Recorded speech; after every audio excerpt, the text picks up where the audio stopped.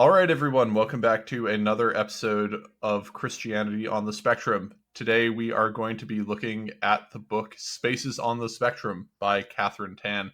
And with me, we have returning podcast guest, Alyssa. Hello, this is Alyssa. Yeah, so as you are all well aware by now, Alyssa is a unaccredited Latin teacher and amateur mime. Amateur in that no one has ever paid me for mime. I do occasionally get paid for improv comedy. There you go. Yes, also a member of our Discord and an autistic mother of two autistic kids. Yes. And anyway, so a while back I posted this book in Discord with a message saying, "Warning to everyone, I'm about to get 16% more annoying And I was after like, after can reading I this one book." up you there? And immediately checked out that book too. Yeah, and so Alyssa got the book, and I wanted to do a review of the book because I really enjoyed it. I thought it was one of the books about autism that I read, and I went, finally, someone saying these things, and I thought it was really well put together. And because Alyssa had already read it, I thought, let's just get on the pod and talk about our thoughts on this book. Anyway, it was a good book. I really enjoyed it. What are your initial thoughts on it? I liked this book so much. My initial thought after reading the first chapter or two was just relief because, and maybe this isn't the most important thing, but it is common that books on autism are maybe, even if they're very well organized and very well, the information that's presented well, they're not often by people who also are really good at writing prose. And Yeah, this book just has such good sentences in it. And I feel like normally if I'm picking up an autism book, I am looking for information, but I found myself continuing to read because I just liked her writing style as well. yeah. Catherine Tan is a very talented writer, also a very talented researcher, and also very nuanced and fair in her portrayals of things. So, for those who haven't already read the Amazon blurb when you looked it up to see if you should buy it, the book is basically a look at two different sides of the autism wars is the way I would put it. So the book is Spaces on the Spectrum: How Autism Movements Resist Experts and Create Knowledge, which I read that subtitle and I was like, okay, this book is going to be for me because this is just that subtitle is something that I have been complaining about in earnest for the better part of 10 years. This is And John Bate. yes, if there was ever a John Bate book, it was a long-term, large-scale ethnographic research project on autism communities done by someone who isn't me, which is very fun. So yeah, the book flip-flops between two communities. So it goes for communities that are largely comprised of the parents of children with ASD3 and then autism advocates who primarily have ASD1.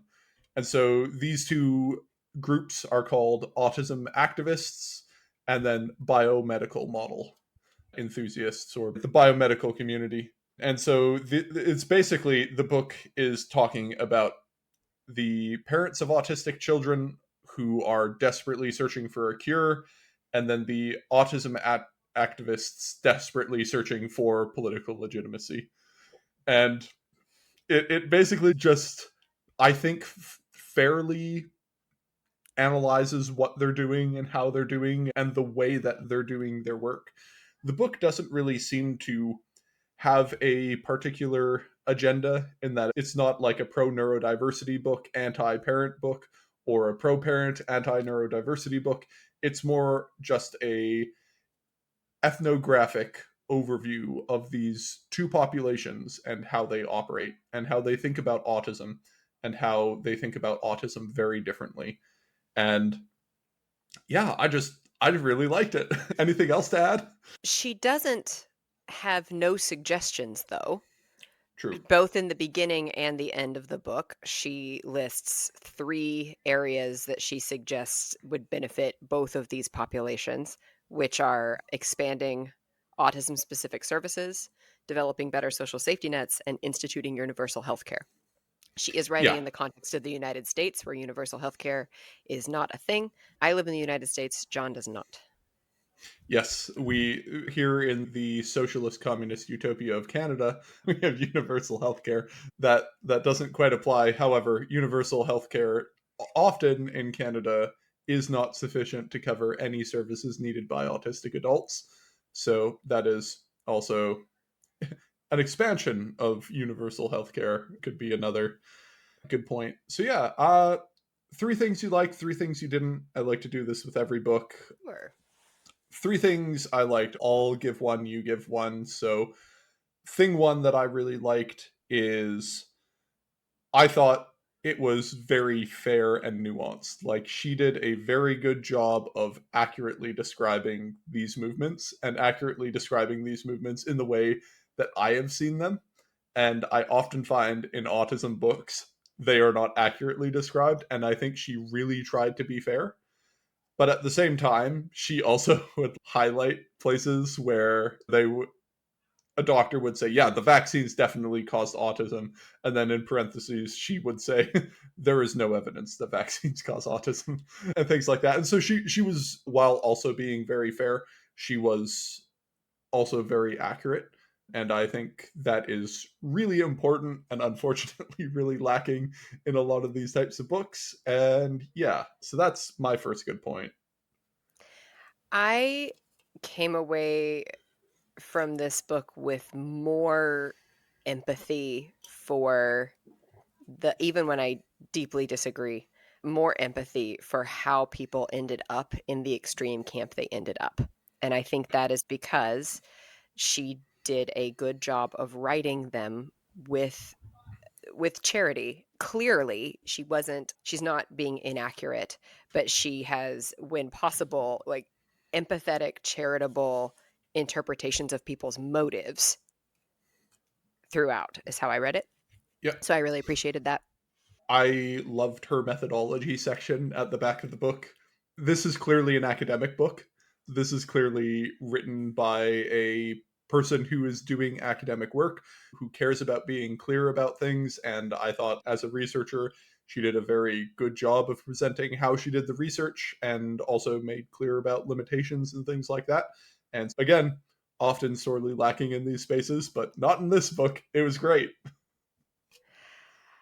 I In a lot of academic books, you guys did your review of Peculiar Discipleship not long ago, and one issue with that book was that, like, while it was purporting to be an academic book, there were often times when the prose just wasn't clear enough to get the information across.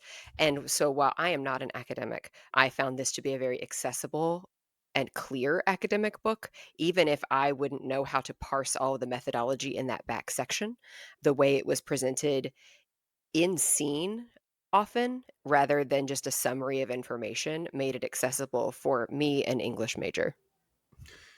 Yeah, and I would also say another thing. I think in so far I'm preparing like 16 different book reviews for this podcast just because I read a lot of autism books on my recent vacation while traveling from place to place. And one of the things I wrote the most in every single margin of every book except for this one was citation needed, or this paper doesn't say what you think it says, and various comments like that. I did not make a single comment like that in this book. There was nowhere where I said, "You've made an unsubstantiated claim that really needs a citation," or "The citation that you've cited, I know what that paper is saying. I'm familiar with this body of research. This isn't saying what you think it's saying," which is something that I do in almost every autism book that I read. Not this one. So, like, 10 out of 10. Solid work, I would say. I think my last thing that I want to highlight is that she's not only reporting on secondary sources, she was able to be at conferences for autism parents who are following the biomedical model. She was able to go be at retreats for autistic activists. She was able to do all of these things which is and then bring all of that research skill into those interactions, Yeah, which I really appreciated. So it didn't feel abstract or impersonal. she definitely, like, you got the impression she had her boots on the ground. She's been in the autism trenches. While she herself is not autistic, I think she just did an excellent job of characterizing autism and characterizing these various autistic people and their parents. And again, it she did a lot of work for this book, and it showed. Is basically what it comes down to. And yeah, so I always try to go for three things I like, three things I didn't, but it It's is really very hard to hard for think me of to 3 find things. three things I didn't like. The so understand these are extremely nitpicky issues that I would never bring up for any reason other than the fact that I always try to do three things I like, three things I didn't. So the things I didn't like were that only focused on these two populations. That it didn't include the sort of the autism wars includes more than just these two factions. These two factions are the largest factions in the autism wars, but there are many other splinter factions that are involved, and I would have liked to see coverage of autistic adults who are self-aware that they're autistic but dissent from the neurodiversity model.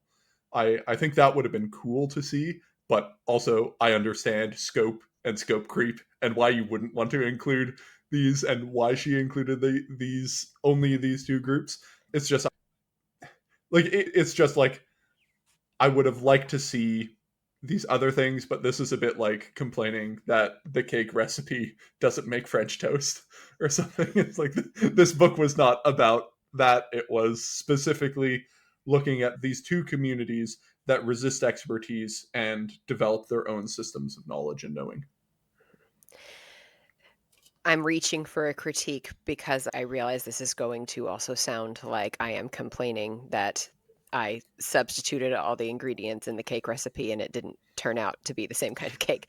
But which is a thing that happens on recipe blogs a lot. She talked about these two extreme reactions a lot, but I would have liked a little bit more grounding in what they're reacting to. What is the quote mainstream model that the biomedical and activist groups are rejecting? That is implicit throughout because of the way these groups are positioning themselves against something. But if I had to define the mainstream model, I'd have a hard time doing it just because of my background and how I'm situated. And we did not get, when my kids and I were diagnosed, dropped straight into a mainstream model. At least I don't think we did, but I wouldn't say we got dropped either into either of these extremes either. But if someone asked me what is the mainstream, I'd say something ABA, I don't know. Yeah, fair enough. Yeah, so I guess I don't have that critique mostly because I'm just lost in the sauce so deeply, and so when Yes, because that when is she talks implicit about for the you. like dominant epistemological paradigm, I'm like, ah, yes, I'm well aware with this large body of literature and research. But yeah, I could see if you weren't how that would be more confusing. I again, I think it would have been interesting for her to talk about the dissenters from these groups that come from the groups. So, not just looking at different groups, but people who used to be neurodiversity activists and now aren't anymore. Or People used to be biomedical and yeah, aren't anymore. yeah, and used to be biomedical and then switched to neurodiversity. It would have been really cool to see those cross cultural comparisons. Again, fully understand why she didn't do it. You only have so much time. You need to limit your scope when you're doing research. This isn't a critique. This is mostly, it would have been cool if this also was included, or this could have provided a more nuanced picture, but it's hardly a critique to say you didn't cover this part of the thing that I would have wanted you to cover as an autism researcher myself. I get a lot of people asking me that, and I always have to say, look, I only have so much time, so I completely get why she didn't do that. But yeah, Yeah. I think my third thing that I could frame as a critique, but what it actually is, I liked this book and want more of it. is more about the overlap between the like, I am not an autism mom or an autistic person alone. I am an autistic mom of autistic kids. Neither of but it might just be the nature of that neither of these groups that she's researching here tend to include people like me because we just don't fit, and that means she did not write about that either. Yeah, and that would have been my third thing, is that there are a lot of other weird groups that fall into this that don't really fit either model, and tend to fit one over the other, but also don't. And again, all these critiques are basically like, I wish you would have had more books about this. Critiques are, where is the sequel? Yes, yeah, which is, I guess, a good critique to have. But like in terms of that those are the only things I could really think of to critique. Yeah, overall, just a really good book. So let's get into it, I guess. Chapter one. Chapter one is titled Warriors and Aliens, and it is a discussion about who these two groups are. And she has this great chart. The chart is labeled Table 1.1 Autism Frameworks. And so she lays out these three frameworks. So, framework one is what she calls the DEP, or Dominant Epistemological Paradigm. And this is the sort of experts on autism. This is autism researchers, these are autism scientists, these are psychologists, these are psychiatrists. And this group is the sort of mainstream understanders of autism. And then she contrasts this group with these two other groups, which is what the book is about. One is the alternative biomedical movement. And so the alternative biomedical movement is the parents of children with ASD3, and then the Autistic Rights movement, which is mostly the autism activists with ASD1. And so she defines these in this charts. So in this chart about how they think about things and how they approach things. So the dominant epistemological paradigm under the column beliefs about causation, like what causes autism. The people in the DEP say there's no single known cause. There are many different environmental, biological, and genetic risk factors. The alternative biomedical model says genetic vulnerabilities are triggered by environmental causes and immunology related dysfunction. And then the Autistic Rights Movement says it's genetic, you're born with it, and that's it.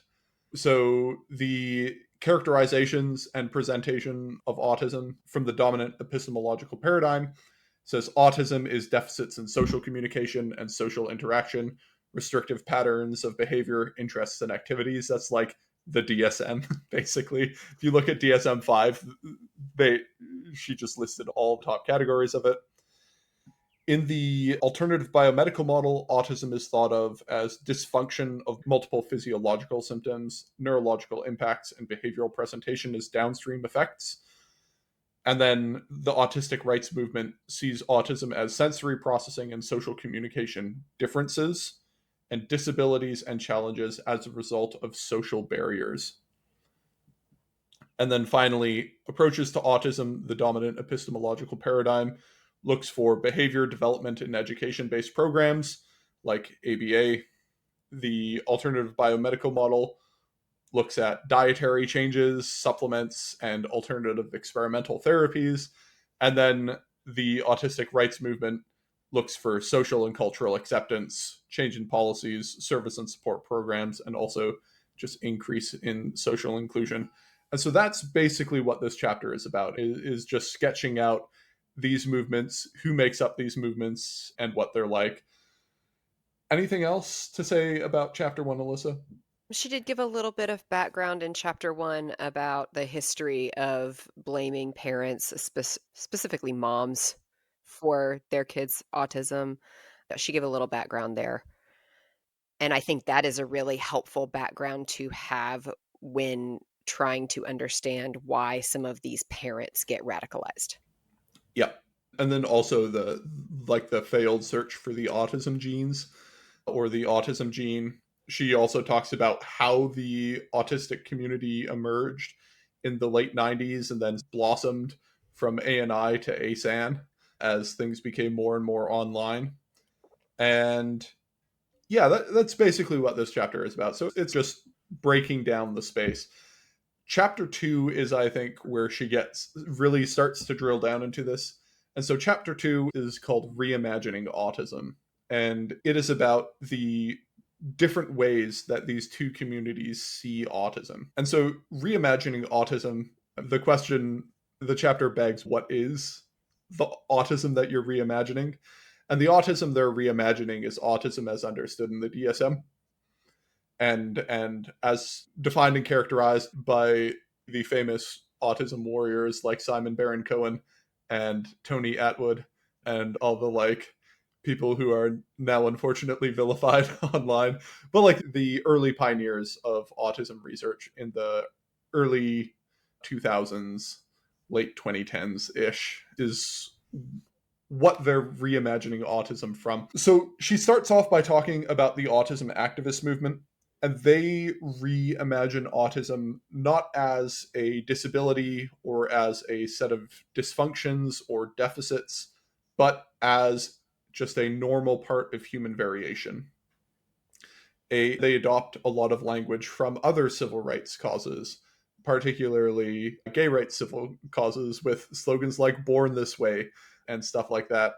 The direct connection isn't made. However, having been on these forums while these things were going down, that direct connection was frequently made between gay rights and autism rights. So I don't remember if she specifically makes the connection, but I know that connection was specifically made many times. But yeah, so the reimagining of autism is basically the introduction of the social model of disability applied to autism. Now, if you'd like a more detailed breakdown of my thoughts on that, I just published a great episode on it. You should check it out. It's a good episode. I was Yeah. not on that one, so it's not like me saying go listen to me on a podcast. I'm saying that was a useful episode. Good job. I'm saying go listen to me on a podcast. Yeah, so this is thinking of autism not as any deficit, but as something that you're just born with. It's part of natural variation. It's like being tall or being short. It's not good or it's not bad. It just is, or like having brown hair versus red hair or blonde hair. And that the reason that autism is an issue is because of brain difference and social exclusion, where we are a minority with a different type of brain and the rest of society rejects us. And so that's the autism activist way of reimagining autism. It's essentially the social model of disability. Any other notes on this part? Not really. This was the part that I was most firsthand familiar with from people in my circles and from the handful of books I picked up when I first got Yeah. diagnosed. And then there's the biomedical movement, which looks at autism as sickness. And so this sees autism as, is autism genetic? Yeah, sure, it's genetic, but it's not purely genetic. It's genetic that's amplified by environmental factors. And she has this really good phrase in this part of this chapter, which is from refrigerator mothers to toxic mothers, where she points out that a lot of the biomedical movement takes the idea of refrigerator mothers. So refrigerator mothers is basically Leo Connor was looking at mothers of autistic children and noticing they were cold and frigid and saying the reason they develop autism is as a result of the socialization from the mother. But the biomedical movement basically takes that and says, no, it's toxins exposed through the mother to the child. And I think it's this chapter where she specifically points out that it's mothers and that fathers really aren't at all to blame in any of this. And Because is, they're talking about things that, when they say environmental factors, sometimes they're talking about environmental factors in utero. yeah, or in breastfeeding or like early childhood development where mothers play most of the role in our society. And yeah, and that's basically that model of autism, which is autism may have underlying genetic factors, but what causes it is exposure to toxins or exposure to some sort of environmental contaminant that amplifies these genes or amplifies this underlying tendency. And Yeah, and then she moves on to reimagining solutions. So this is how they define the problem. What are their solutions? And the autism rights activists, she talks about their solutions basically just being activism, like explicit social political activism styled off of civil rights and human rights campaigns. And that's their solution, to basically say we are essentially like black people oppressed in America, or like gay people oppressed in America. We're basically going to rip and replace that model with autism and take these civil rights causes and now do civil rights causes for autism, because the disability rights movement in the 80s brought about the ADA. And so they're like, let's bring back the even better ADA, or something like that. ADA, for non American listeners, is Americans with Disabilities Act. It was like the big civil rights legislation that was passed. And then the biomedical model solution is to provide recovery through biomedical alternatives. And so this is where we get the famous analogy of the Cheesecake Factory. Do I you want to loved explain that? this. I loved this so much. So Tan was able to go to a conference where Jenny McCarthy spoke. Jenny McCarthy is a very loud biomedical autism parent. Am I accurate there? So she popularized some of this stuff because she was already famous, and she ended up saying things about it on Oprah and other talk shows. I believe she has books. So Catherine Tan heard her speak, and McCarthy at this conference, I'm going to quote here, likened the options of the parents for treating their kids' autism to the menu at the Cheesecake Factory, a restaurant chain that is famous for its tome of high-calorie American offerings. Jenny McCarthy says, if something doesn't work, go to the next thing and really look at it like a menu. Did that and did that. And this is a menu like at the Cheesecake Factory with 42 curse word pages. You sit there forever going, I don't know what to pick. If something doesn't work in your treatment along the way, you do not give up hope. We could be standing in this room and there might be a treatment in 5 years for your kid. Now, Tan has an aside that it says, of course, eating through the Cheesecake Factory menu is an ambitious endeavor. Few families can afford to order item after item until they find something good. It is the Cheesecake Factory. They might never find anything good. I love that aside. I loved I it so thought it much. was is really good. But I have, ever since reading this book, thought that as the shorthand for when there are whole lists of expensive experimental potential treatments for kids like mine, or kids whose presentation is more debilitating than my kids, that I'm like, oh, this is a Cheesecake Factory menu. There may be something good in here, but I don't know how we'd ever find it or afford it if we found it.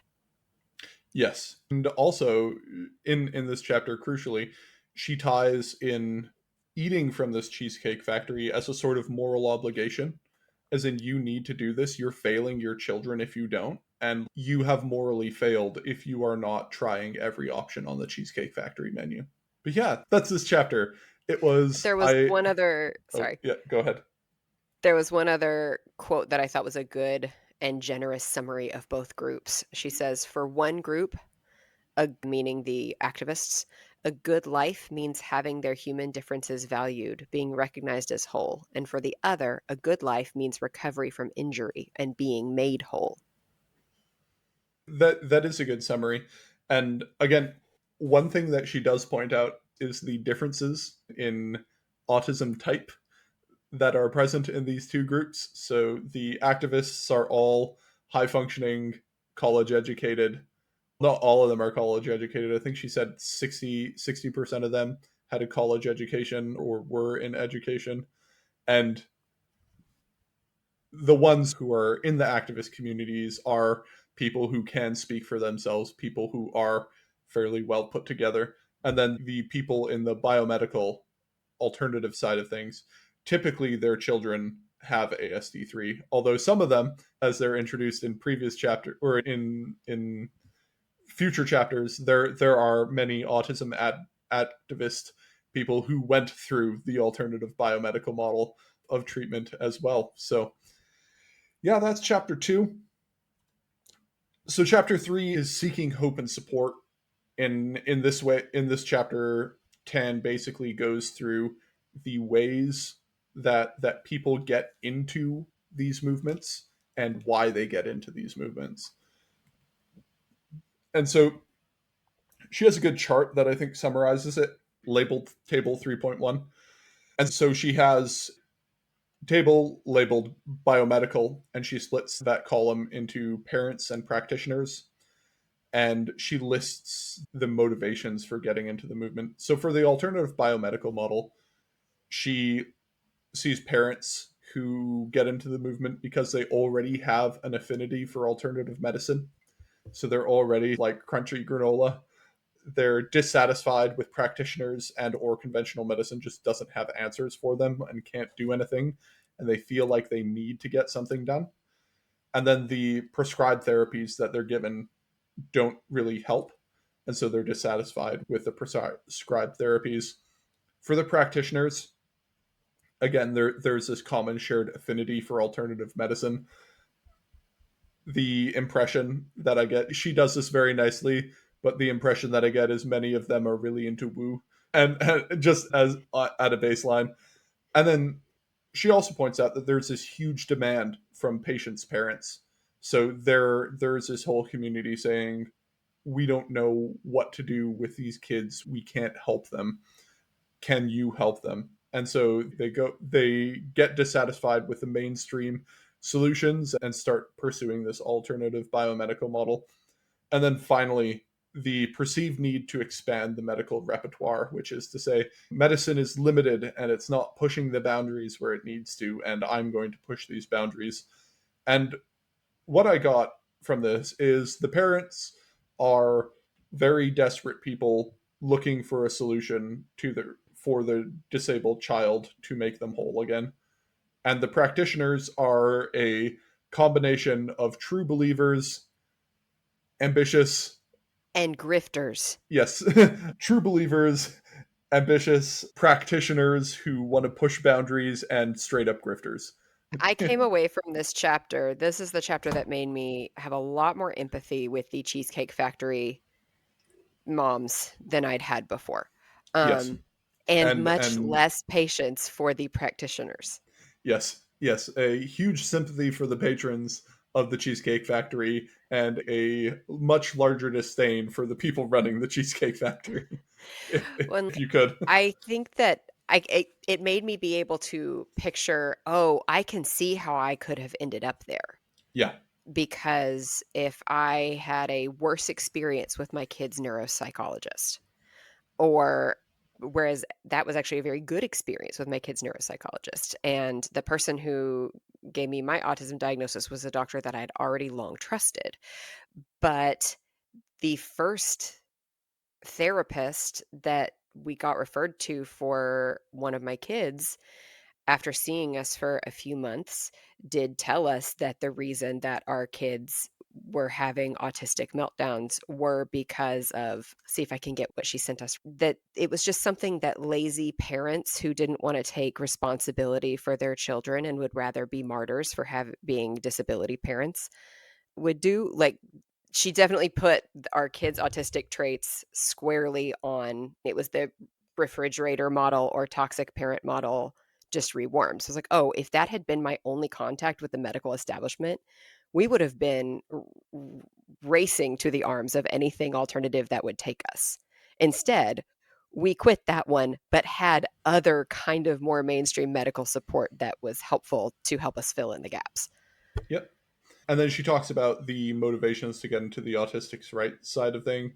And I think this is like the perfect description of the people who join the Autistic Rights activist group. One of the reoccurring jokes of this podcast is the problem with autistic activism is it's filled with the type of people who want to do autistic activism, and she points that out here in much nicer ways.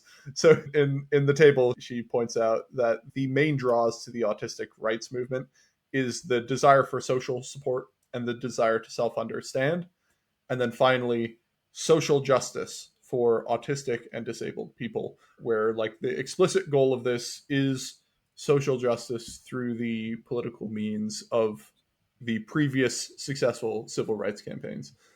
And yeah, that's basically the groups that are there. And I I, see no problem with any of those desires. yeah, The desire for yep, for self-understanding and meaningful community, absolutely. these are Let's do it. all great desires. And it is why a lot of autistic people, when they first learn about autism, join the neurodiversity movement. Because why wouldn't you? All those things sound great. And she talks about a lot of experiences that like I had personally and most other autistic people that I talk to have personally, which is just like discovering, oh, you have this thing called autism, and then realizing, oh, I'm not alone. There are other people with my freak pathologies that aren't actually freak pathologies. I've just been taught to think of them like freak pathologies just because I'm different from everyone. And it is, I think, the most common genre of email that I get is people emailing me saying, I had no idea it wasn't just me. How did you Wow. follow me with your Yes. drones? How did you Yeah. access my private thoughts? Yeah. And so completely understandable how people end up here because you're like, finally, you go through your life socially isolated and not knowing anyone else like you. And then all of a sudden, there's this whole group of people like you. The demand for social justice, like you can clearly see, there are all sorts of institutional and social barriers that affect autistic people. And to say we should get rid of those barriers seems just like intuitive to most people, I think. Like And I I think the impulse, if you've been through something that was rough and also preventable, yeah, if you can help other people not go through the same unnecessary hardship, why wouldn't you, right? Like that yes. makes lots of sense to me. It's like I've managed to climb out of the hole. I'm now not going to just run away from the hole. I'm going to I want figure out to how to throw down a rope or a ladder to or help fill anyone in the else who might be hole. in. Yeah, or fill in the hole hopefully after the people get out of it. That's maybe the danger is filling in the Yeah. hole before the people have gotten out of it. Yes, yes, that is, I think, the biggest danger or the biggest problem with a lot of autism activism is the attempt. Tan does point that out in the book, maybe tangentially. She doesn't go into a lot of detail onto the effects, but she talks about the attempts for autistic advocates to shut down 14C charities and like sheltered workshops and things like that. And that might be a case of filling in the hole while there's still people in it. And then, yeah, the other thing is just the complete lack of institutional support. So, this is something I think all of us listening to this podcast who are autistic can relate to is you find out you're autistic and you're like, "Oh, finally, there's this thing I have. I'm so glad I know that I have it. Now I can get support for it. Now I can get accommodation for it." And it's like, "Lol, no." You're over the age of 18. The rope is done. You're on your own, friend. And so, just the complete lack of institutional support, all these factors coming together, push people into the autism rights movement and deeply relate. I was there for 10 years, right? Like, I was, when I was 16 to probably, yeah, I think 26, I was fully involved with these communities. And like doing all the local meetups, driving 5 hours to go to other meetups, doing all the stuff. I was deeply embedded within this community. And so it was just really interesting reading all these anecdotes from people who were in different sections of the same types of communities and going, oh, cool. It was like that there too. All right, neat. Anything else on chapter 3? No, I think we hit it. Cool. So chapter 4 is knowing one's tribe. This chapter goes into basically the development of the autistic activist community. And it starts out talking about something that I've talked about a lot, which is that the early on, the only people talking about autism were the parents. And it was all parent led and it was all parent driven. It was about the parents' experience of autism. And people started going, wait a second, we exist too. We can talk about ourselves, we can articulate ourselves. And there was this desire for representation apart from our parents and representation of ourselves, really, and the desire to do it. And this leads to the creation of the ANI, and which was like one of the first autism communities, heavily online, meeting on autism forums and other places like that. Wrong Planet was a really big one. Aspie Central was another. And then finally, its evolution into ASAN, which is the Autism Self Advocacy Network, which is the political arm, I guess, of the autism activist community. And she basically goes into how those develop and things like that. I have often thought about doing more in depth episodes about just this small piece of history because I find it fascinating. Because I got in 2009, which is when a lot of these things were already established, but like the transition from ANI to ASAN, I was there for it. I was there for watching it grow and Whereas at being this being time, in I those think trenches. Yeah, whereas around 2009, probably the only exposure that I knowingly had to autism was that my family watched the show Parenthood or something, which I don't recommend for its autistic representation, except for that it might be a really good example of how some of these parents like, why some of these activists would be reacting against these parents who are acting like, I thought that I was watching a show. I did not know I was autistic. I thought I was watching a show about different groups of terrible parents, and I did not understand until later that wasn't the aim of the show, that the aim of the show was to be, like, heartwarming about the resilience of family or something.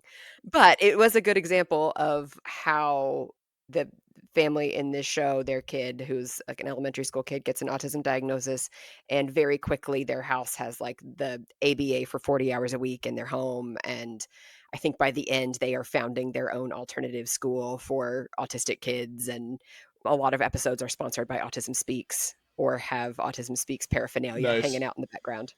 nice. So that Yeah. was, like, my So exposure at that time when you were watching this. I was just, like, sometimes watching Parenthood with my family and thinking it was a different show than what it was supposed to be. yeah, and speaking of Autism Speaks, a lot of this early reaction was against Autism Speaks, particularly because Autism Speaks was this sort of behemoth that was where you got your information about autism. And they published this really famous commercial about autism's going to come to kill your kid or "We like have your steal. son." Yes, like literally, like autism is coming to kidnap your child and you need to do something about it. And before people say this is only about Autism 3, they specifically talk about Asperger's in that commercial. And they're like, it's Asperger's is going to make your kid weird and everyone's going to hate them. You're not wrong, but also a dick thing to say in your commercial. Anyway, She summarizes that commercial and the impact it had and how it led to protests from ASAN. yes, good times. I remember when that commercial aired and we were making parody versions of it for neurotypicalism is coming for your kids. Speaking of, in this chapter, she participated in a parody panel. She was asked as a favor to sit in on an Ask a Neurotypical Anything panel at an autistic activist And they got conference. the doorman or something like that And to also participate.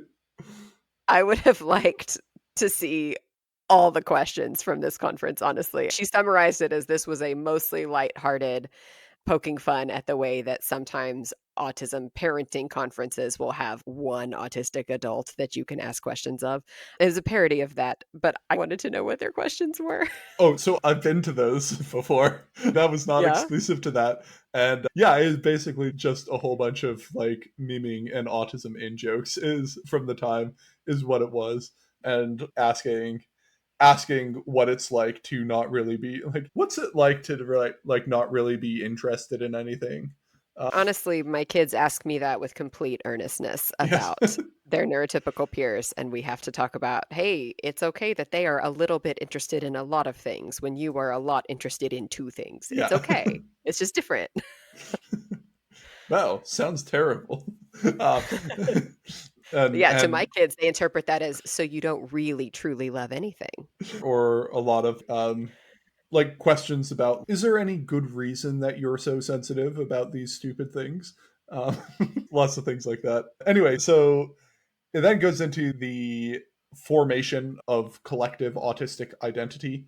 And I really like this chapter because it was really helpful in describing how things actually formed, which is a sort of flattened, distributed sharing of information and sharing of experience and knowledge, and people piecing together the autism experience, not from good, validated research, but from just listening to everyone else's experiences and not doing controls or controlled experiments or trying to isolate what is and isn't autism, but just every experience is valid and every experience is autism.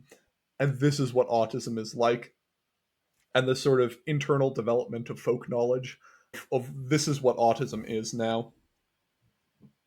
And then the final part was about enacting autistic communities. And so the development of autism communities and governing spaces of inclusion and acceptance and centering autistic interests and things like that. And I think she does a really good job of describing how these norms were built and formed within autistic communities, but also does a really good job of pointing out that sometimes these norms were lofty goals that never really matched their ideals. And that goal was inclusion and acceptance. But in reality, it was inclusion and acceptance for people like me who could talk actually and who had all these tools available. And did we attempt to make things more accessible? Absolutely. There was a very conscious effort to make things more inclusive. But at the end of the day, it simply wasn't. Like, it's financially exclusive. Not everyone can afford to drive down to a conference.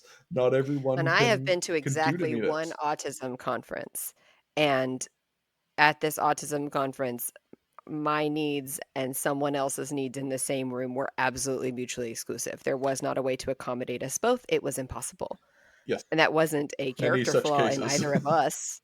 It was not a character flaw in either of us. It wasn't things we were trying to do to be jerks, and it wasn't things that the event inherently did poorly. They're just in an event that is mostly autistic people. You cannot inherently know what that means for when people say, "Yeah, I have sensory issues." Cool. Which ones? Because they might be mutually exclusive. Yeah. And I think it basically does a good job of showing that these are people who had really good intentions, but also were sort of not always conscious of the exclusion that they were perpetuating. I think it was this chapter where she talks about how she asked some people how they knew they were properly advocating for people with ASD 2 and 3.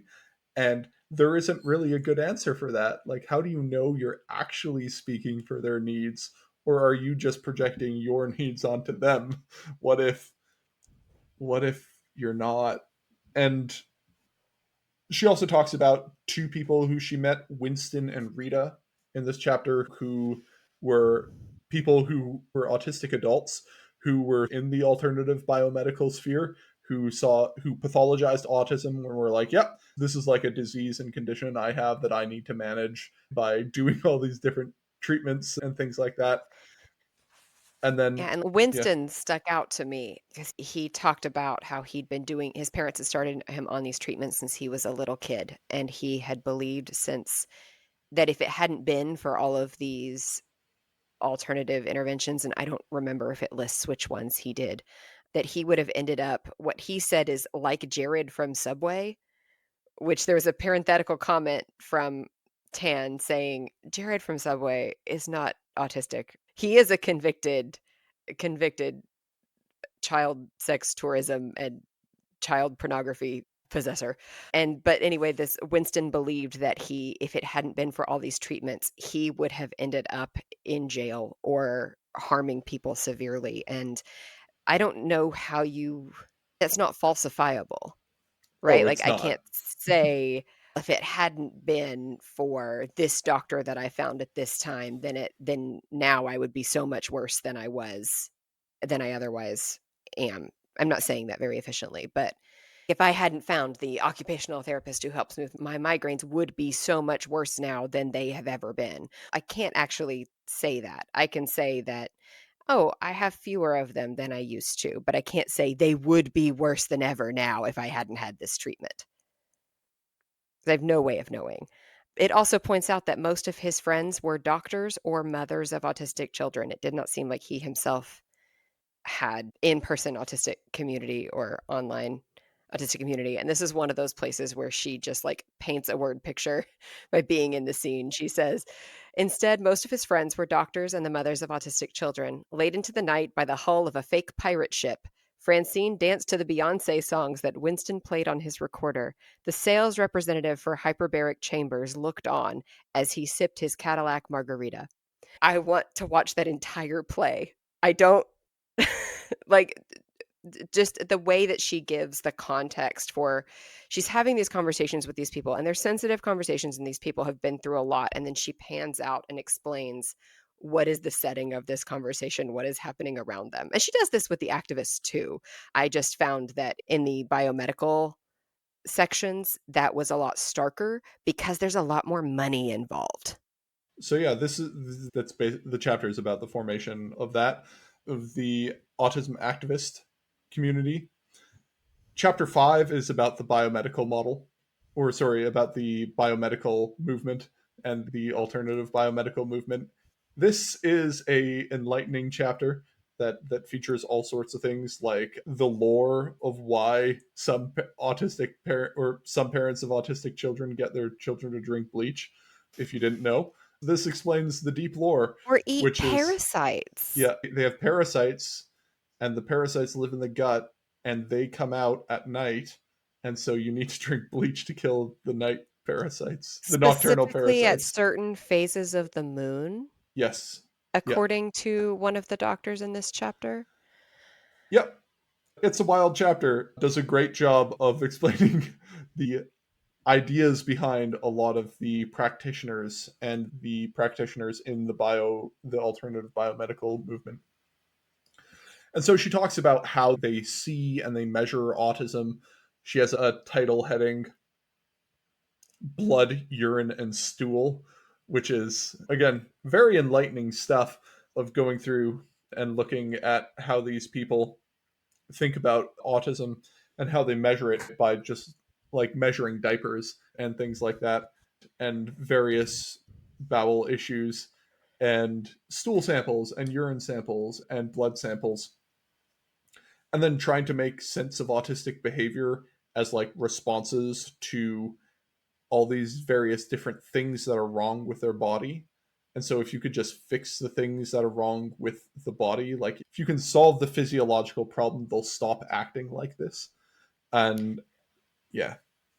And like she says, through this treatment process, parents learn to separate autism as sickness from their afflicted child. Ironically, as parents become more empathetic toward their children, they also become less tolerant of autism. Because which makes sense to me because they're seeing autistic traits as a an example of a sickness they need to continue fighting against. And I can also understand, again, I have some empathy for these parents because I know that I have trouble with sleep. And when I have trouble with sleep, everything else starts to fall apart too. Anything for any of my sensory sensitivities or ability to handle social situations is more likely to fall apart if I am low on sleep. That is my stickiest basic need, is what the parenting people would call it. One of my children has inherited this. And so we if we're trying to lessen the number of meltdowns during which he or the people around him might be in danger, we need to solve the sleep thing, right? Cool. What things do we need to adjust in our house? And is that environmental or is it medical or is it both so that we can get this kid enough sleep so that the rest of his life is more manageable? And if I extrapolate that extremely to a kid who is much more debilitated than my kids are, I can see where you end up just, sure, doctor, give us the worms. Yep. Yep. And like all sorts of things. And one of the parts of this chapter is about just trial and error, just how you just try things and then something seems to work and you just stick with that. and then eventually it stops working, so you cycle into something else. And also just, I don't know, this chapter like made me feel a lot more upset than I thought I would reading the book, because of just, quite frankly, these grifters These who are grifters operating in this abusing field. these children. Yes. I am comfortable calling Yeah. this abusing children. And the families. It's not Yes. just the children that are, and like one of them was talking about tens of thousands of dollars being spent on like the specific breeding of worms or some other bug that they crush up. And it's just like, Helminth worm therapy is what it yeah. is called. I had And it's never heard like, of it before this. what does that do? Like, what is the active pathway that actually is efficacious here? And there just isn't one, right? It's all just throw spaghetti at the wall and hope something sticks. Except it's like $10,000 spaghetti. And anyway, just And you can brutal. see, though, where this would be welcome news to a parent. If they had, like me, heard from a therapist that your kid isn't disabled, you're just a bad parent, then if a doctor tells you what one of these doctors, Dr. Martinek, told a family, he said he dissuaded her from rationalizing her son's behaviors. Concurrently, he dissuaded her from attributing the bad behavior to the child's character. The problem was the autism, not the boy. And you cannot just train behaviors out of this boy like he's a dog, which, if my understanding of what this other therapist wanted us to do was to train our child like a dog. And so if someone tells me, no, don't do that, I'll be like, cool, I'll listen to you more than I otherwise would. But his solution is, instead of training him like a dog, you need to have him consume these worms I have bred, is where he loses me. Yep.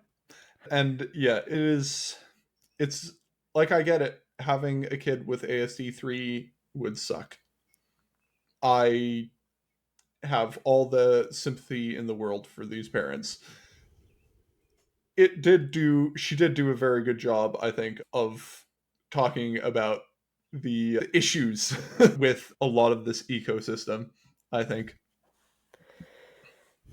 This same Dr. Martinek, who I've decided is my enemy, um, I do not know this man, but who's in this book. But other interventions he suggests to, I believe, a different family as their daughter is approaching puberty. He suggests like chemically delaying her puberty because puberty would be a nightmare for the family. It would be very inconvenient for them.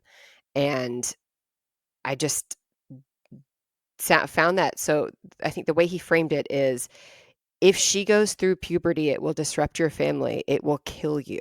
It has already killed her father. Now, this is hyperbolic. It has not killed the father. The father has just been annoyed at the kid. But this is throwing a lot of chemicals and drugs at kids to prevent things that may or may not be related to their autism at all, and is really just for the convenience of the people around them and could long term hurt these kids. Yeah. And it's, yeah, insanity, for lack of a better term. The Anything else from this chapter that stuck out to you? That was the big one, which seemed, on top of being scary, he just seemed really sexist. He talked about how important it was to shut down our hormones, delay puberty. This would cost $750 per month. He semi-jokingly noted that 9 out of 12 fathers support this intervention method, meaning the intervention method of not allowing their girls to grow up. Not because of anything to do with, I don't know, gender dysphoria or another medical condition, but just saying, no, puberty is messy. We shouldn't allow your kid to do this. It's going to be too hard for your family. Yeah, just insanity, in my opinion.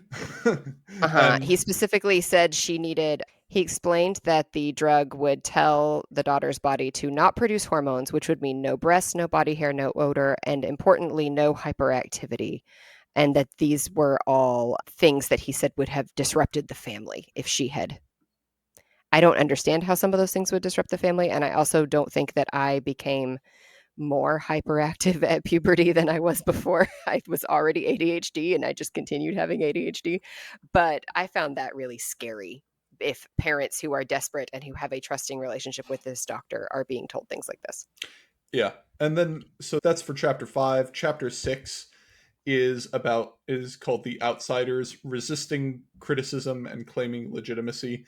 And this chapter is basically how these different autism movements understand the issues and how they push against issues and how they try to establish themselves as the sort of autism knowers and the people who are speaking for autism.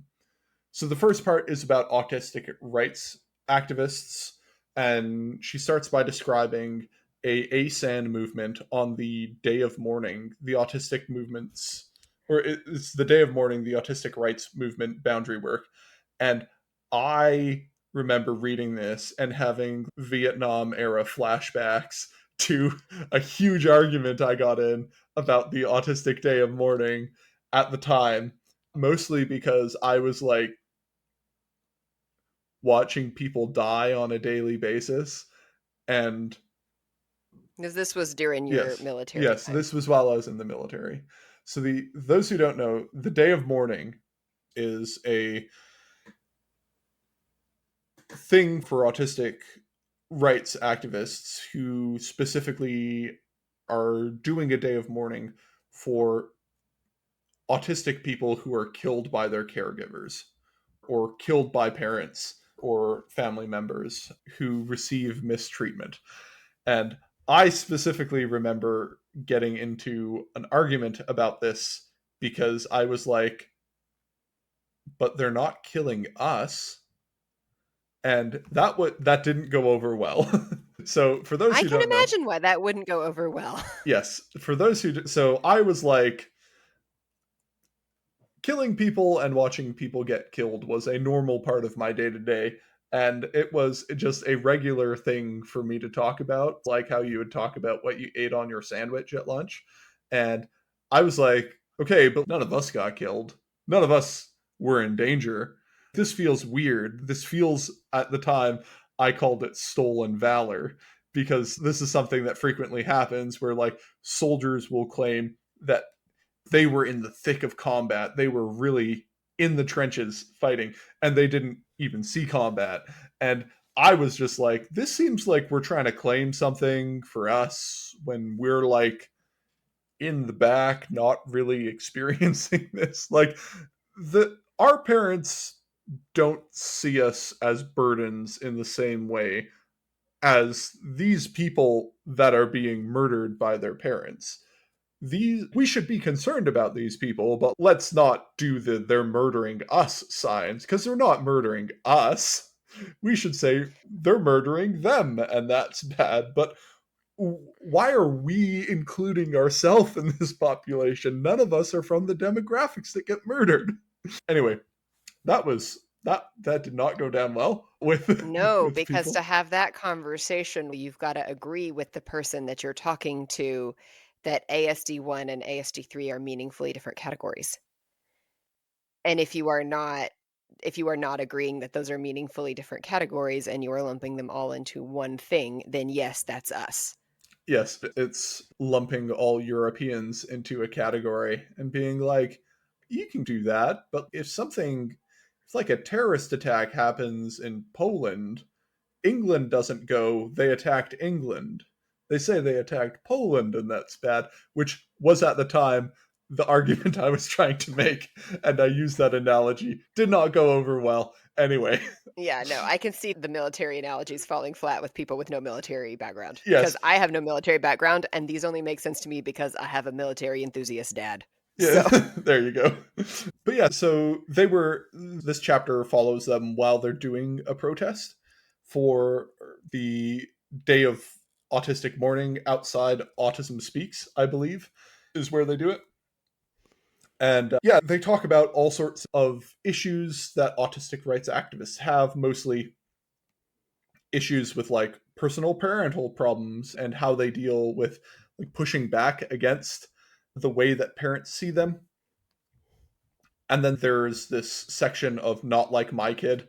And I will be completely honest, this annoys the hell out of me every time I hear it. I completely sympathize with the autism rights activists on this one. Not like my kid, for those who don't know, is when you start talking about autism in public, some parent of a kid with ASD3 will be like, "You're not like my kid." And it's correct. I'm a 31-year-old man. Your child is 8. I'm not like your kid. Like, why would I be like your kid? That doesn't, this is not a useful or valid critique right now.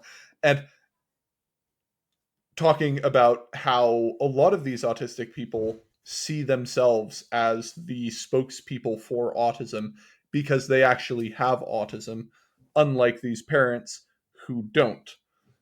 And they specifically talk about how them having this embodied knowledge gives them the ability to speak about autism, while also at the same time saying things like, if you've met one person with autism, you've met one person with autism, which I personally think is a little contradictory. It's okay, if you met one person with autism, you probably shouldn't be speaking for all people with autism. But anyway, I don't actually think that's true. I think it is a useful thing for saying that autism is a heterogeneous and broad condition.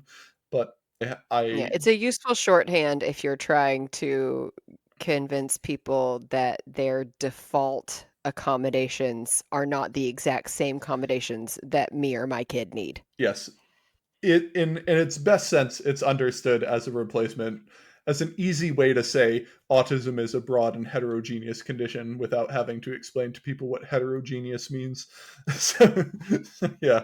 And then finally there's the heading, who is being represented by whom, which talks about the sort of pretty stark disparities in autism activism versus autistic populations, and how autistic activists typically make up a very specific subset of the population. This is my reoccurring joke. The problem with autism activism is that it's filled with the type of people who do autism activism.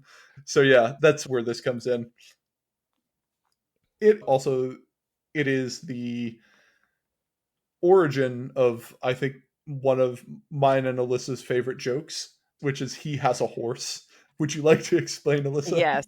Tan was speaking to an activist who complained that the token autistic people who get elevated and recognized and seen as you are the example of true autism tend to be super autistic, meaning they are articulate and poised and successful. They are the kind of people who make autism palatable to neurotypical stakeholders, such as parents and lawmakers. Thinking about one specific person, Vanna said, he's like a really wealthy autistic whose family is politically involved, I think. So the president, not the president, the last governor appointed him to the state autism committee because he knew him. She argued that his wealth and social connections made him an outlier. It's like these aren't representative of the average autistic person's life. He has a horse. He has a horse. There's an ellipsis in between he has a horse and he has a horse, and Tan does not say this, but I can only picture someone, like, staring into the middle distance and saying, "He has a horse. He has a horse." What she's using that as shorthand for is that what she would say is the average autistic person doesn't have a super high paying job, maybe on disability, does not have horse money, maybe is dependent on extended family for help or on Medicaid, but the people who represent autism in a positive light to the media broadly tend to be people with highly skilled, high paying jobs where they are able to harness their both their autism and their family connections for money and security and appreciation. Yeah, and I one thing that isn't pointed out here, but that gets pointed out a lot to me by people who get disillusioned with the autism rights activist side of things, is that a lot of the things that people in the autism rights activist circles push for are things that really negatively impact autistic people. Like, so Tan briefly mentions shutting down 14C charities. So 14C charities, for those who don't know, are workshops where disabled people work, but they get paid significantly less. So these are not actual like labor workplaces to they clean tables or they assemble IKEA furniture or they do tasks, and it's basically a make work program for people with severe disabilities to give them a sense of purpose and meaning once they get into adulthood instead of basically sitting at home. Now, 14C charities or like sheltered workshops have absolutely had abuse scandals. I'm not going to pretend that these places are perfect and never have issues, but like daycares have abuse scandals. That doesn't mean you shut down a daycare. That just means you put You in might shut down a safeguards. specific daycare Yeah, center. You don't shut shut down down all daycares. the daycare center that does the bad thing, not the concept of daycare. And she talks about ASAN's push to kill 14C charities, which basically is a whole bunch of autistic advocates who do not need 14C charities, for whom 14C charities would never be an option that they would ever attend, tirelessly working to shut them down under the idea that they are exploiting autistic labor. Now, these autistic advocates are like, you should pay them minimum wage, not below minimum wage. But also, these are not for profit organizations. They're not doing they're not doing essential labor. They are essentially charities, and they employ people with ASD3 and ASD2 who could not get jobs in other places. They literally exist to give these people a sense of meaning and purpose. And I have talked to a lot of people in the wake of states banning 14C charities and having them yell at me because I was a proxy for their frustration. And I was just like, yeah, you can yell at me. I don't care. I've been through worse. You'll never say to me the things that my drill instructor said to me. This is fine. Yeah. Your like Overton window for what is acceptable for someone to say to you is wildly different from mine. So I once got told to I was given $10. One of my instructors pulled out a $10 bill and gave it to me. And he said, after this course is done, I want you to go and find a charity, like one of those ones that plants trees. And I want you to use this $10 to make up for the oxygen that you're clearly wasting in this world. And I was like, whoa, Sean. that was brutal. Like at the time, I was just like, holy crap. But afterwards, I was like, that was so good. Like he got me so good with that one. Like that is, Uh, I have yet to be able to get there in terms of finding a more creative insult than to like literally give a guy $10 so he can buy trees to make up for the oxygen he's wasting. I at another point I got told go to a vending machine, preferably one that sells man, and buy yourself a can of harden the F up or shut the F up. Which was another really great insult. But yeah, back to my original point. sorry. The frustrations that they were expressing to me is they had to explain to their child with an intellectual disability who's 25 years old why he can't go to work anymore, because he's like, I want to go back to work, and work shut down because they can't afford to pay these people minimum wage. They're working on a shoestring budget. They need people to supervise. They need volunteers. They need all these things. They need to like pay for a space, and they can't anymore because they would have to increase operating costs by about 40 times because they were getting paid like $1 an hour because they were assembling IKEA furniture. That was their job. And people basically they don't need their IKEA furniture assembled. They go to these places because they feel like they're doing a good and helpful thing for these people with intellectual disabilities. But autistic self advocacy, the ASAN lobbied specifically to shut these down because they're like, this is labor exploitation. But it's who asked you to do this, man? No one who was actually working in these places wanted you to shut it down. None of the parents of the people wanted you to shut this down. You wanted to shut it down because you have this chip on your shoulder about autism labor exploitation for you. Right? This That's is, filling in the hole while people are still in the hole. yes. Yes, and a lot of that happens in autism advocacy is pulling yourself out of the hole and then filling in the hole while there are still other people in it without trying to get them out and not really thinking of the consequences of your actions. And I think she did a good job of gently characterizing that, probably not in the way I would. If you want more examples of this, there's another book that I've been toying with doing a review about called Chasing the Intact Mind by Amy Lutz, which is about how people with ASD1 have made the world a infinitely worse place for people with ASD 2 and 3 by their activism, which is a deeply sad and troubling book. But if you'd like some examples of that, you can read that book. Maybe I'll do a book review.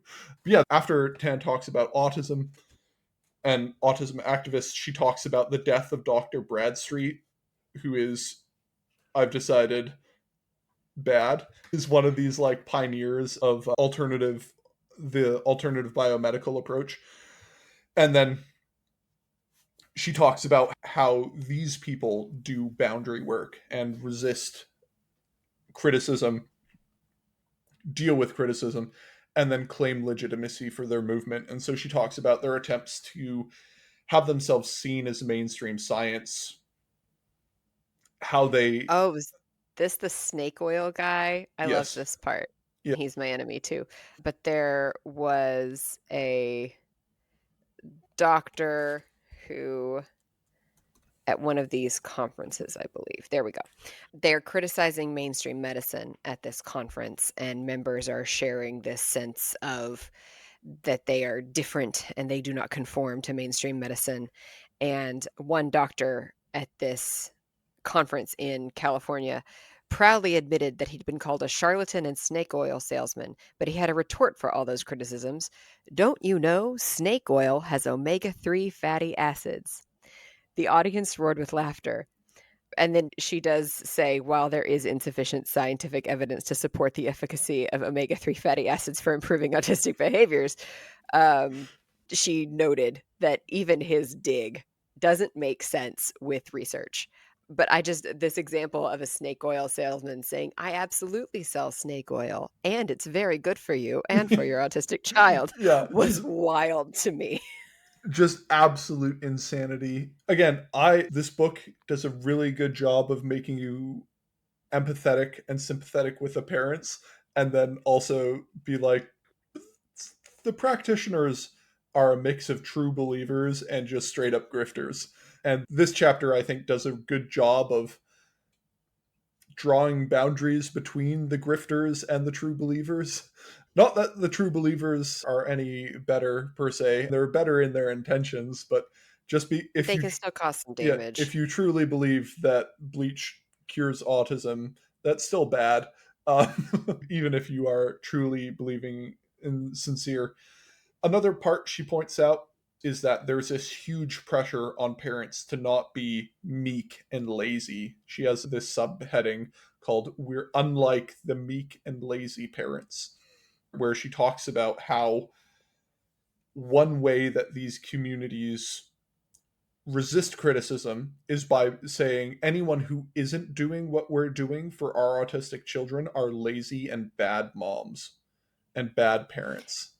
And this isn't a John paraphrase. This is a quote from a Yes. mother who says, I think they're really lazy. I think it's a cop out because doing these diets is hard. It's easier to drive through the McDonald's driveway and feed your kids crap all the time. It just is.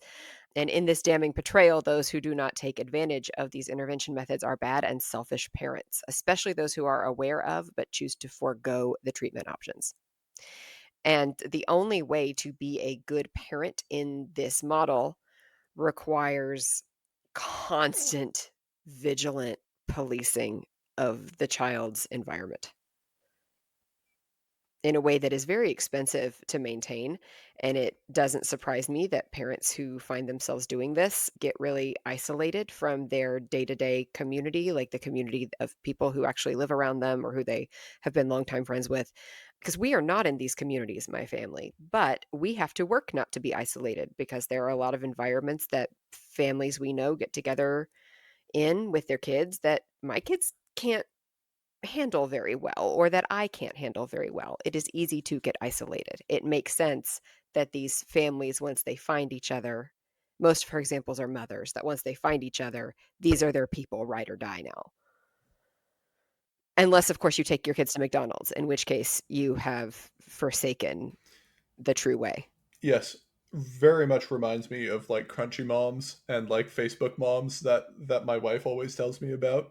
The going into any Facebook parenting group is apparently like a sea of Oh, it's deeply microplastics hazardous. and Please save yes, yourself. Don't do it. yes, my wife is unfortunately moderately crunchy and always gets sucked into these spaces. She's a nurse But though, at the so we same vaccinate time our as there's kids. sorry, say that part again. I said, but she's a nurse though, so we vaccinate our kids. Always helpful. Yes. There's a part where again, you have, these super crunchy moms, some of whom are spending a lot of money and all their energy into this, but then again, she pans out and you have her painting the scene of where she's having these conversations, and it's an alternative biomedical organization that hosted a conference that catered to parents. There, the Hyperbaric Chamber Company supplied yet another ice sculpture and luge to honor the memory of Dr. Bradstreet. Before plunging their skewered fruit into the chocolate fountain, parents, practitioners, and vendors took each other's hands, forming a large circle, and sang together. And to me, it was like, oh, this juxtaposition of these parents who are true believers and they're doing absolutely everything they can think of and everything that anyone's telling them to do that would benefit their children with the vendors and the ice sculptures. The fact that when I looked up the word ice sculpture to find this quote in the book, it popped up several places Yeah. is a lot. Yep. And also, like, I believe this is also the chapter in which she talks about how at one of the conferences or an event, it was autism dads go golfing and all the autism moms stay behind to compare notes and go over strategies and things like that. And she also points out how this is like heavily mother focused and The there's this one huge burden on women. autism the one autism conference I have been to, the line for the men's bathroom was very short. The line for the women's bathroom was very long, and the talk in the lines of this bathroom was a lot of different versions of, "Wow, did you notice that there are some men here this year? That's amazing. Their men are really stepping up," when it was probably like 10% of the people attending were men. I'm making up that number, but it was not very many. And people saying, "Oh, my husband couldn't come because obviously one of us needed to stay home with the kids. We couldn't get childcare. He's watching it online." And that makes sense. Another one saying, "My husband doesn't believe autism is real, so he's not here." And others saying, "Oh, my husband can't stay home with the kids because he can't tolerate them." Like a lot of people, I'm like, the hard part of your life, the more I listen to you strangers in this bathroom line, is not that your kids are having a rough time. It is that you do not have a meaningful teammate while your kids have a rough time. And sometimes you have an active enemy while your kids are having a rough time. Yep. Yep. And that did, I think, come across in the book. Again, not that explicitly stated, but it was certainly an implication that I got while reading. Yeah, and It then means that any autism dad who showed up was fawned over because everybody's, "You're so amazing because 'cause you're here." But the autism moms that show up, they're like, "Of course, but you weren't at the last conference. What's wrong with you?" is there anything else from this chapter that you think is worth mentioning? To me, I came away with saying, I can see where both of these groups can go wrong from being so insular, but it's hard to come away thinking that they go wrong in ways that are equally damaging. Yeah, they definitely don't. Like, I think the autism activists go wrong in ways that are annoying. But as I always say, you need to differentiate between what is annoying and what's actually a problem. And in many of them, I don't think they're actually a problem. I just think they're short sighted and insular and not really operating from a very ideological place and not really that interested in data and nuance and making complicated narratives that might harm their political program. But Whereas the vendors at these yes, biomedical conferences are actively selling predatory. they're actively predatory. They are selling hyperbaric chambers. I do not know that I could adequately explain exactly what a hyperbaric chamber, like the mechanisms of it, but I have read and listened to enough accounts to be like, "These are dangerous. Kids die in these. Kids catch fire in these and die." Like, th this is extreme. Why are we putting kids through this? And just making money off of very desperate people who are not having a good time and actually like trying to come up with something else and just desperately searching for solutions and people handing them snake oil because of its Mm. fatty acids or omega-3 or whatever the hell they said. So while you could come away from the structure of this book saying, "Wow, people have weaknesses on both sides," I don't come away thinking those are equivalent. I don't think that is a conclusion I don't think anyone would that's come to from reading the book. no, and I don't think that is her intention either. But if I had explained the way that it was framed without giving you any background of, yeah, it spends about half the book talking about the activist community and the other half of the book talking about the biomedical community, and it's pretty fair. You might hear me saying, and it treats both sides as equally legitimate, and I don't think it does. Yeah, no, that's true. Yeah, so the final chapter is making spaces for the spectrum, where she gives her sort of overview of everything and her overview of where she thinks things should be taken. And yeah, overall, I think it was a good summation of the work. We already mentioned her three different policy prescriptions that she had there. I think those are good policy prescriptions. Also, like talking about making space for creating knowledge and understanding knowledge, I thought was a useful thing to have. Of course, I don't really agree with Tan on this. I think everyone should do what I do and do robust data driven research and not Every single person individually. every single individual person should be a really weird autist whose special interest is autism and do their own incredibly laborious ethnographic studies of niche autistic populations in order to understand what's actually going. No, it's a completely unreasonable thing to say, but I do think that I mostly speak for the autism advocacy side. I think that the ways that people create knowledge in the autism community are often deeply unhelpful and very counterproductive. And we often end up creating a self licking ice cream cone of misinformation, like negatively reinforcing feedback loop that just makes everything harder to actually talk about, that and just obfuscates what autism really is and what should be done about it. So she doesn't quite go there.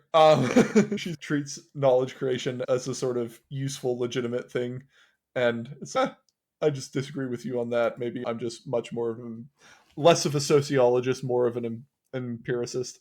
But yeah, it is what it is. Any other final thoughts on this chapter? Yeah, she had a moment with Dr. Martinek, who I mentioned earlier was my enemy. He's the guy with the worms, and the parasites that come out on the full moon, and I believe he's the same one who wanted to prevent a girl from hitting puberty. He has an autistic son himself, and as his autistic son neared adulthood, he had a conversation with Tan, and he was imagining a place where he could build a resort for autistic adults. Something that is where everybody could be in charge of decorating their own spaces with their interests. They could socialize with other people. They could go on trips together. They could receive the best care and live happily ever after. She says, even Dr. Martinek, the greatest proponent of alternative biomedicine, was well aware that at some point the realities of disability would outpace the hope of recovery. Yet his solution accepted society for what it is, a place his child did not belong. Somehow it seemed easier to build a new world for his son than to fix the one he was already living in. And that just extreme version of that I understand. This was the only part of the book where Dr. Martinek seemed sympathetic to me. That if you had an infinite amount of money and no ethical problems with that infinite amount, how you obtain that infinite amount of money, that you could say, "I want to build the best place in the world for my kids, and I can't change the world. How do I build the best place in the world for my kids?" I can sympathize with that, or with why one would want to do that. Now it seems like the activist stance is, we can't afford to do that. We have to change the whole world. And that is also really only achievable on a very small scale. Like, I do not have a hyperbaric chamber money. I don't have a horse, but I do have the ability to send my kids to a weird little school that has the accommodations built in, so they're not special for my kids, they are just built in for every kid. And yeah, if I can do that, absolutely, I wanna do that. Does this conflict with my ideals before I had kids of local public school all the way? Yes, it does. And at some point, I had to say, "No, what my kids' needs has to be more important than my ideals." So it's yeah, we do take our kids to the occupational and physical therapy to help with specific motor skill and regulation issues. We do send them to a school that has some of their accommodations built in already. And we do try to educate the people at our church and in our community about, hey, we can make adjustments to the environment here, following more of a social model. What can we adjust in our house? What can we adjust about the way we make our schedule? What can we adjust about what we expect of them and what their Sunday school teachers and elementary school teachers expect of them? So we're trying to pull from both of these things as much as they're useful, because just insulating my kids entirely from the world is not sustainable or affordable. And changing the whole world is a thing I'm too tired to do personally. Yep. And so I joke about this guy called Structural Man. Structural Man is a hypothetical superhero that flies around telling people the problem is structural. And I often feel that's what the activist circles end up doing, where it's the problem is structural. We need to change our whole society. It's like, okay, cool. But short of 50,000 trained guys with Kalashnikovs, we're not doing that. I'm sorry, but like the language that people in power speak in this world is immense violence. Yeah. As a former practitioner of that immense monopoly on violence, let me tell you, like, your political change is going to come at a cost. Are you sure you want to make that cost? And every sort of thing you do is going to have to be done in context of this incredibly long grinding process. Do you have the stomach for this? Do you have the desire for this? Or is this a sort of utopian pipe dream that you're dreaming of right now because it's better than confronting the messy world of reality? And I think both sides deal with that. One's utopian pipe dream is that like magically they will find a cure and then their child will be better. And then the other's utopian pipe dream is that we can meaningfully change society to make large scale accommodations for autistic people in a way that will no longer mean we're disabled. I don't And think I think what I was trying to say earlier is that I do think that small pieces of both of those things can be achievable on a very small scale. I can't, nor would I really want to, de-autistic myself, but I can work on the migraines with a doctor, right? Like the migraines that are frequently comorbid with autism. And I can't change all of the government and all the politics right now, but I can be intentional about what communities my family invests in. it's the both and approach to the medical and social model of disability. And she even says in the book, Tan says, there is no separate planet to deport autistic people to and no island resort to hide them away. We have to make space for autism here and now. Unless Elon Musk is successful and we get our Mars colony, which will be staffed exclusively by autistic people because I don't know who the hell else would volunteer to go to Mars. I am not that version of autist. Please keep me on Earth. I don't want to go to Mars. I Too have late. Mars terror of space gulags. peril. uh, No, I have terror of space peril. yeah, But she does point out that there's a problem with that the over half of autism research funding, at least as of a few years ago, was about causes and risks rather than services and supports, Yep, and and almost and none for grown-ups. yeah, and it was like 6% was focused on adults, and 3% for adults. oh, 3%, yeah. It was 6% for services and Okay. 3% for Yeah. adults. Yeah, which is just probably not how funding priorities make sense if your goal is to make the lives of autistic people better. I think, though, that the crucial if there is if your goal is to make the lives of autistic people better, I personally just don't think that is the goal of most autism research. The goal of autism research is to understand autism as a condition and to understand it like you're understanding an interesting rock, not like you're trying to understand a person that lives in society with you. And I And think that's a this is problem. you have talked before, and now I don't remember if it was on or off mic, about how that is one reason that you have not pursued your research in an academic setting, primarily because you are not just studying the rock, you are also noticing that if the rock is having a lot of trouble, you might be able to point the rock to some helpful resources Yes, like I or don't. connect the rock with Yes, other rocks. yes. I just have no interest in understanding autistic people as an interesting type of rock instead of my fellow peers who have various different and diverging needs in very complicated, interconnected social webs. And I think all these things are necessary, but also you need to tamper your expectations with what can you do?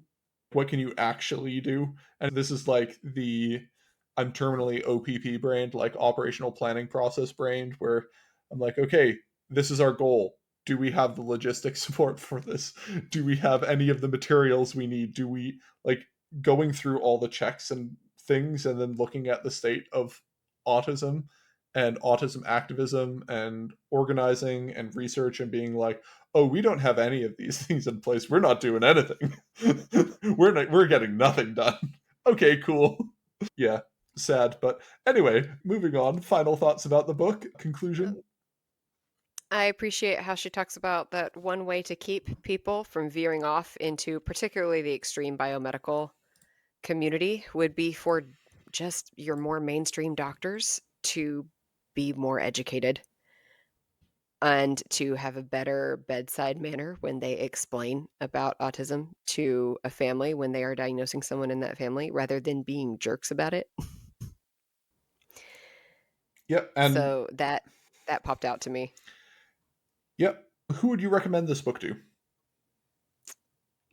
I would recommend this book to Everyone. anyone who has found themselves in the library just picking up all the books on the shelf about autism to understand either their own or their kid's diagnosis and noticing that most of them were not relevant or were confusing, which is honestly, that's most of them. Like, my experience of getting every library book in our local library system on autism was that the extremes were either how to mourn for the neurotypical child you'll never have and have a funeral for them in your brain, or how to fully unmask in all places at all times with no caveats.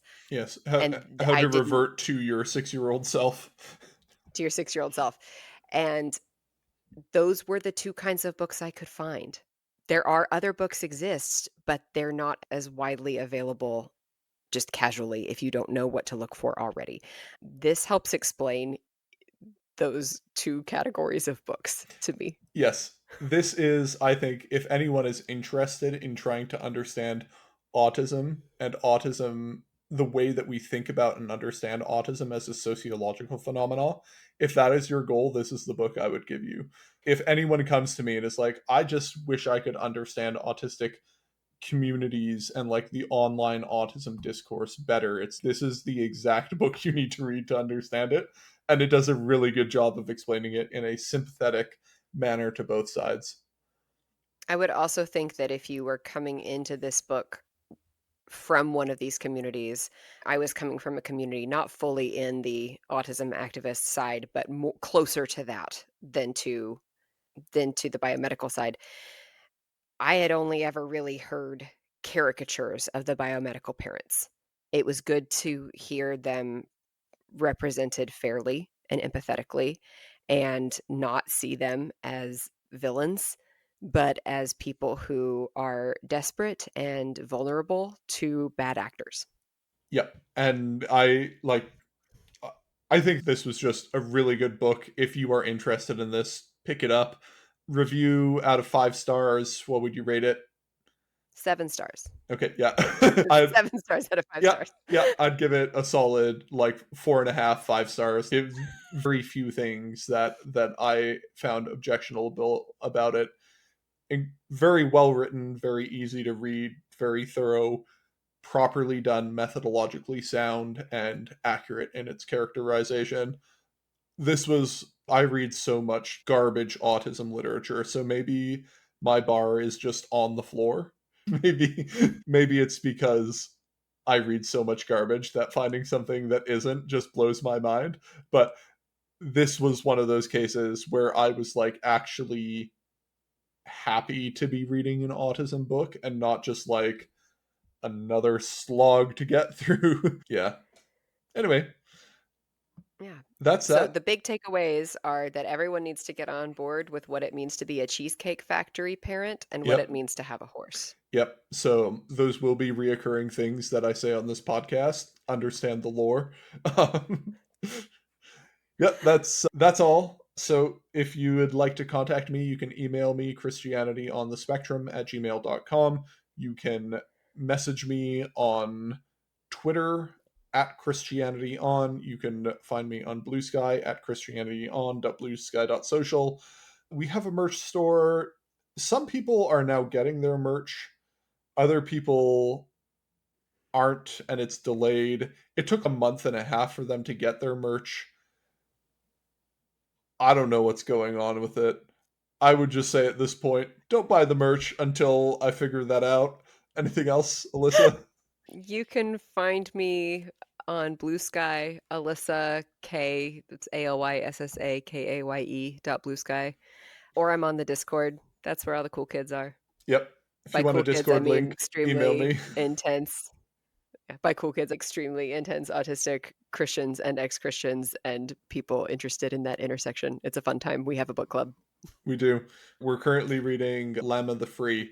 If you want to read about atonement models and atonement theory in Christian theology, that is the place to be. All right, cool. See y'all later.